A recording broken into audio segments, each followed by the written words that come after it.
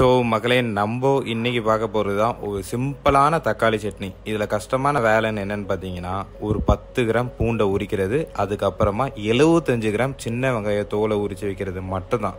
So மொத்தமே பார்த்தீங்கன்னா தாளிக்கிறதுக்கான எண்ணெய், கடுகு, உளுந்து, கருவேப்பிள்ளை இது எல்லாமே சேர்த்து 9 இன்க்ரீடியன்ட் தான்.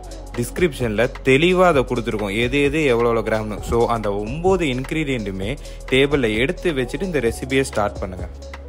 ஸோ ஃபஸ்ட்டு எப்பவும் போல் ஒரு பேன் எடுத்துக்கோங்க. பேனில் 25 கிராம் ஆயில் ஊற்றிக்கோங்க.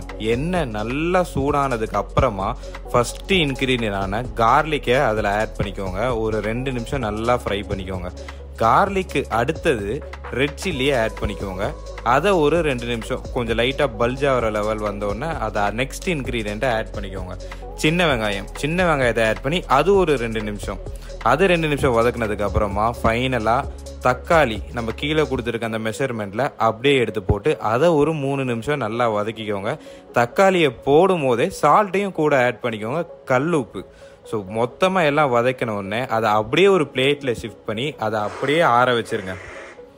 அது நல்லா ஆறி முடிச்சதுக்கப்புறம் ஆறினதை அப்படியே தூக்கி ஜாரில் ஷிஃப்ட் பண்ணிவிட்டு ஃபஸ்ட்டு ஒரு அடி அடிச்சுட்டு ஸ்லோவாக அப்படியே அந்த சட்னியோட பதம் வர வரைக்கும் அடித்து எடுத்துக்கோங்க. இதுக்கு நமக்கு எந்த வித தண்ணியும் ஆட் பண்ண தேவையே இல்லை. ஸோ சட்னி நல்லா அரைச்சி முடித்த உடனே அதை அப்படியே ஒரு பவுலில் ஷிஃப்ட் பண்ணி வச்சுக்கோங்க.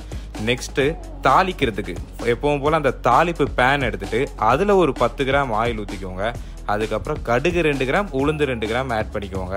அதுக்கப்புறம் அது நல்லா வெடிக்க ஆரம்பித்த உடனே கருவேப்பில்லை ஒரு ஸ்டெம்மை மட்டும் பிச்சு அதில் போட்டு அது நல்லா வெடிக்க ஆரம்பிச்சோன்னா கேஸ் ஆஃப் பண்ணிவிட்டு தாளிச்சதை அப்படியே தூக்கி நம்ம சட்னியில் ஊற்றி அதை நல்லா மிக்ஸ் பண்ணிங்கன்னா நம்ம சட்னி ஃபைனலாக ரெடி.